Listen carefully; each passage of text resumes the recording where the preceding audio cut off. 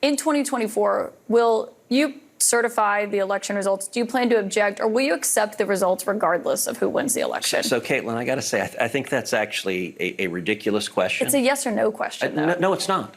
Let me explain why it's a ridiculous question. It's not a question. Have you ever asked a Democrat that?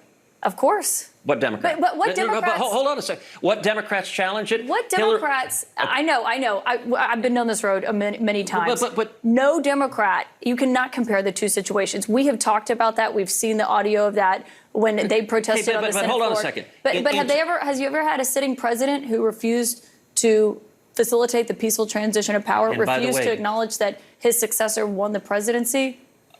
So, A, we did have a peaceful transfer of power. I was there on January 20th. I was there on the swearing in. Barely. B, if you look at in 2000, Democrats went to the Senate, or 2001, Democrats went to the Senate floor and objected to George W. Bush. In 2004, they went and objected. And what did the president do? In 2016, Democrats went and objected to Donald Trump. And so... Look, and what happened in 2016? Because I remember a guy named Joe Biden was vice president, and he went to the Senate floor and certified the votes. So do you Am I wrong? So you're asking, will you promise no matter what to agree an election is illegitimate regardless of what happens? And that would be an absurd thing to claim. Like, we have an entire election law system that people challenge elections. Elections get overturned. Voter fraud gets proven. That happens all the time. And the media engages in this weird game post Donald Trump that you insist no voter fraud has ever existed. Why does every state have laws in place to challenge voter fraad if it occurs? The media Why do you have election challenges? This isn't a game. There was no widespread voter fraud. You only ask Republicans that. Because it was Republicans who tried to block the transition of power. You have to acknowledge that. So we've never seen it on a scale of what happened in 2020, and we've never seen the president refuse. He wouldn't even let Joe Biden get classified briefings at the beginning. I recall that. So my question for you again, free and fair election, will you accept the results regardless of who wins? Look, if the Democrats win, I will accept the result, but I'm not going to ignore fraud regardless of what happens. Was there fraud in 2020? Of course there was fraud in 2020. No, there wasn't, and you still objected.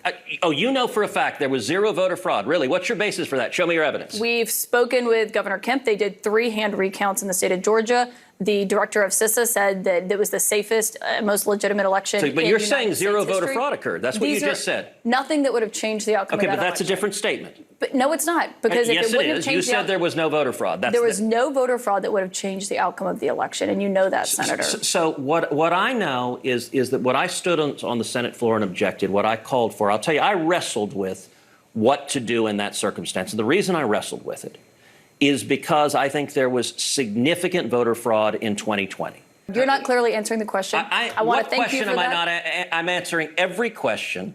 I think the country would have been a lot better off with a determination of what evidence of voter fraud there was that occurred, and instead the media didn't want to hear it and insists voter fraud never occurs. You ought to go back and look at the Carter-Baker Commission. It was the Attorney General, and my question was about 2024. It was the media. It was CNN that